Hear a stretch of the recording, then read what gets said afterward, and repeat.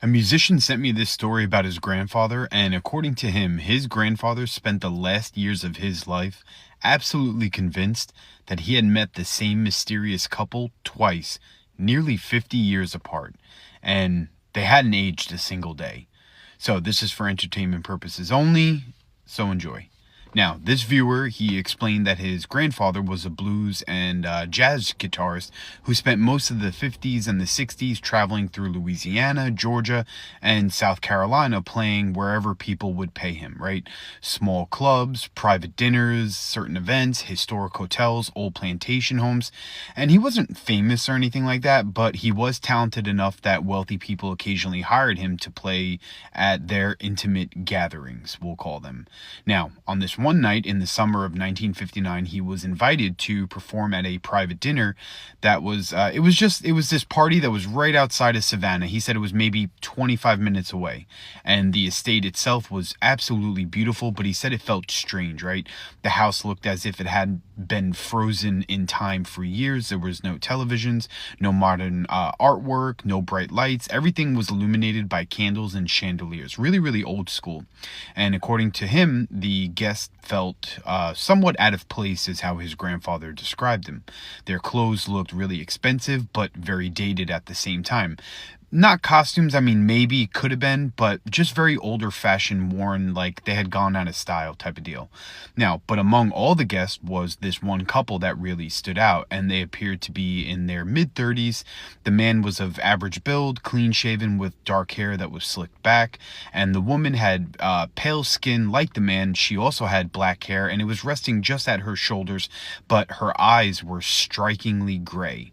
And throughout the evening, they barely ate and they never touched the wine that had been poured for everybody.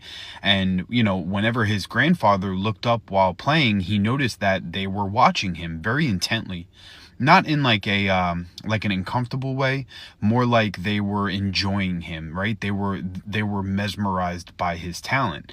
And after his final song, the couple had approached him, and the woman, she complimented his playing and his talents, and she told him that she hadn't heard blues performed like that in decades. And the grandfather just kind of laughed it off, and he's like, well, that's because blues changes every year, right? Music does. And she smiled and she politely replied, and she's like, some things shouldn't change. And the man had asked him, if he ever worried about growing old and losing his ability to play and being forgotten about. And his grandfather joked and, said that musicians get old all the time and that's just how life is. Now, the woman, she tilted her head in like almost like a confused way, as if like aging itself was something that she'd only read about, right? Like it was foreign to her. And before they left, the man handed him a small silver lighter that was engraved with roses. And he thanked them and he never thought much about it again.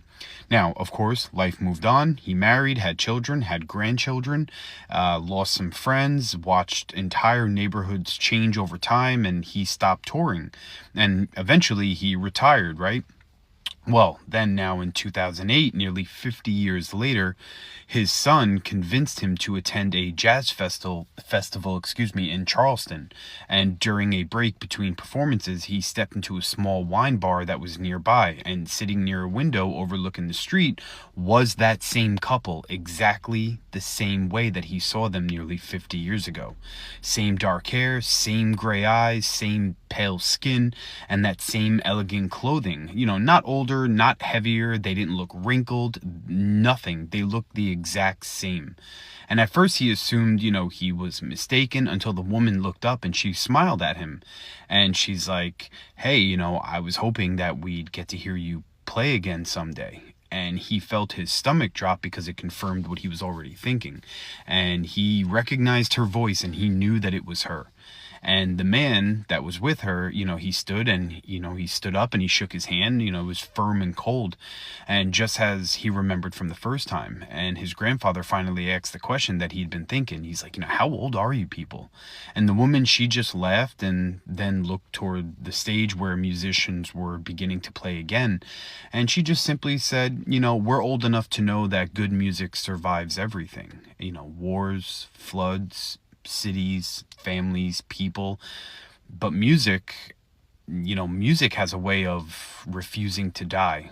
And I firmly agree with that, side note. But anyway, a friend of the old man called out for him, and he ended up excusing himself, and he got up and went and spoke. And about 2 minutes later, when he went to go back to the couple, they were gone. There was no sign of them at all.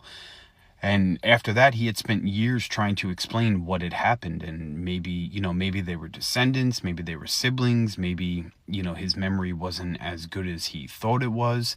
But according to the grandson, until the day that he died, his grandfather kept that silver lighter with him almost at all times.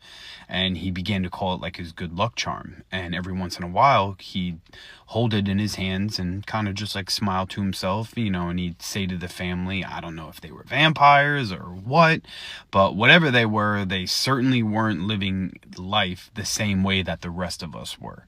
So I don't know. Let me know what you guys think in the comments. Was this just entertainment that was sent to me?